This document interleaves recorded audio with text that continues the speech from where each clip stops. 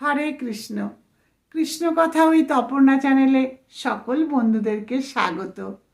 আজকের আলোচনা, আমরা কোনো পুজো অনুষ্ঠান বলুন বা একাদশীতে উপবাস করি, কিন্তু জানেন কি উপবাস মানে কি? উপবাস কিভাবে থাকতে হয়?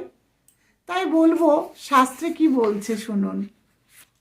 শাস্ত্রে বলছে একাদশীতে উপবাস অত্যন্ত গুরুত্বপূর্ণ, তবে কেবল অনাহারে উপবাস করাটাই কিন্তু মুখ্য উদ্দেশ্য নয়। মুখ্য উদ্দেশ্য হলো গোবিন্দ বা শ্রীকৃষ্ণের প্রতি অধিক শ্রদ্ধা ও প্রেম পরায়ণ হওয়া, অর্থাৎ ভগবানের প্রতি প্রেম ভালোবাসা থাকতে হবে। শুধুমাত্র উপবাস থাকলাম তাহলেই কিন্তু চলবে না। উপমানে নিকটে আর বাস মানে অবস্থান, অর্থাৎ শ্রীহরির নিকটে অবস্থান।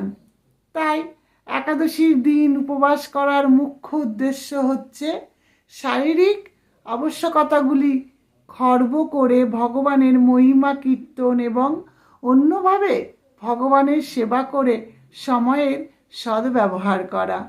আর আমরা অনেক সময় কি করি, হয়তো উপবাস থাকলাম নির্জলা, কিন্তু সারাদিনে ভগবানের নাম করলাম না, ভগবানকে স্মরণ করলাম না, তার প্রতি কোনো ভালোবাসা থাকলো না, সেটা কিন্তু উপবাস নয়।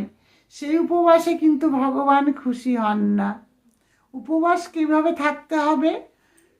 উপবাস থেকে ভগবানের নাম গান করতে হবে, ভগবানের কথা আলোচনা করতে হবে, ভগবানের প্রতি প্রেম ভালোবাসা রাখতে হবে, ভগবানের নাম করতে হবে, ভগবানকে স্মরণ করে দিনটি কাটিয়ে দিতে হবে। এটাই হলো উপবাসের মুখ্য উদ্দেশ্য। হরে কৃষ্ণ।